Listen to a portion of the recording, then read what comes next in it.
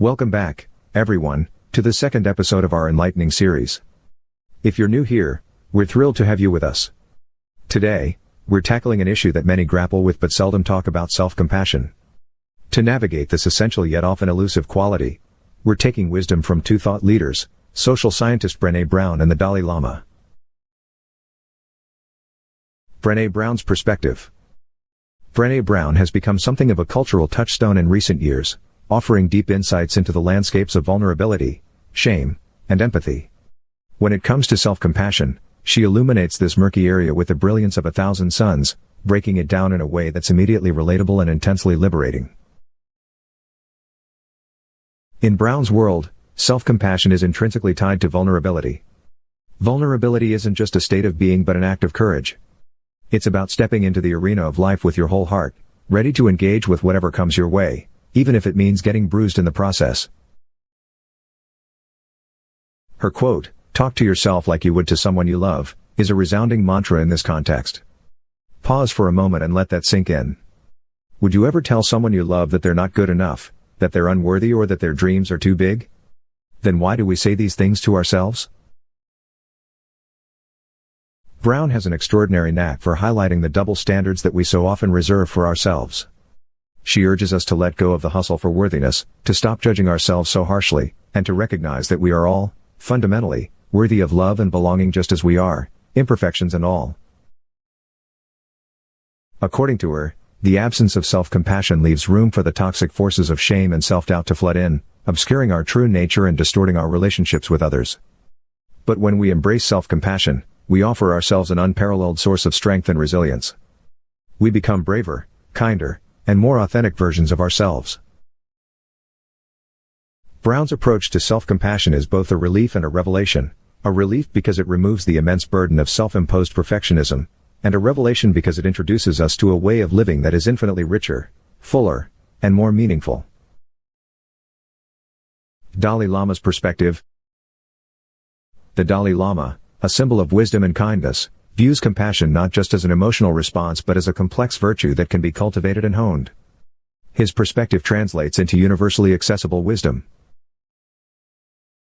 While Brene Brown speaks of self-compassion within the context of vulnerability and imperfection, the Dalai Lama elevates it to a universal principle, intimately connected to the well-being of all sentient beings. According to him, compassion isn't an option, it's a necessity, for others and ourselves. One of his most compelling stances on self-compassion is that you can't genuinely extend compassion to others unless you can extend it to yourself first. He often says, if you don't love yourself, you cannot love others. You will not be able to love others. If you have no compassion for yourself, then you are not able of developing compassion for others. Think about this: if you're busy beating yourself up, how can you possibly be a pillar of strength or kindness for someone else? How can you share wisdom, give love, or offer help when you're emotionally drained by self-criticism? In the eyes of the Dalai Lama, self-compassion is almost like an ethical duty. He urges us to eliminate self-hate and self-judgment not just because it's good for us, but because it's good for the world. When we're compassionate toward ourselves, we unlock a beautiful chain reaction: we're happier, we're more balanced, and we're far better positioned to bring happiness to others. And let's not forget, according to the Dalai Lama, self-compassion is also the path to inner peace.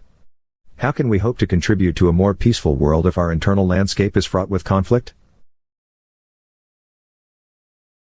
Bringing it together. So, how do Brene Brown and the Dalai Lama's perspectives on self-compassion align? Both thought leaders affirm the importance of extending kindness to oneself as a pathway to a more fulfilling life.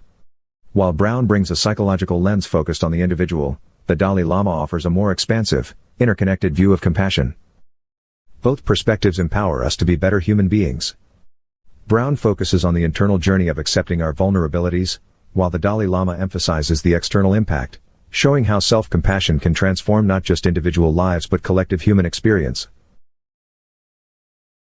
Embracing self-compassion is an ongoing process, a conscious choice we make every day. Whether we find ourselves in the throes of a personal struggle or navigating the complexities of an interconnected world, a dose of self-compassion can make all the difference. Embarking on a journey of self-compassion? Let's integrate the wisdom of Brene Brown and the Dalai Lama into actionable steps you can take today. Step 1. Daily Vulnerability Check-in. inspired by Brene Brown. Set reminders on your phone to pause and embrace your vulnerability. Ask yourself, am I allowing myself to be fully seen right now, flaws and all? Make it a habit to engage with your emotional landscape. Step 2. Self-compassion mantras, inspired by the Dalai Lama.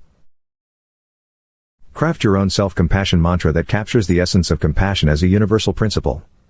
Repeat this mantra in moments of self-doubt or self-criticism. Step 3. Empathy journaling, inspired by Brene Brown. At the end of each day, jot down moments where you felt a strong emotional connection either to yourself or others. This practice deepens your empathy reservoir, a cornerstone of self-compassion. Step 4. Compassionate outreach, inspired by the Dalai Lama. Once a day, perform a simple act of kindness for another person. The Dalai Lama often emphasizes that compassion for others begins with compassion for oneself. Step 5. Weekly reflection, inspired by both. Conclude each week by reflecting on your experiences. Evaluate how your thoughts, feelings, and actions have shifted toward greater self-compassion. Note the impact on your overall emotional well-being and relationships. Before we conclude, if you find value in this series, please do like, share, and subscribe for more insightful episodes. We are eager to hear your thoughts, so feel free to comment below.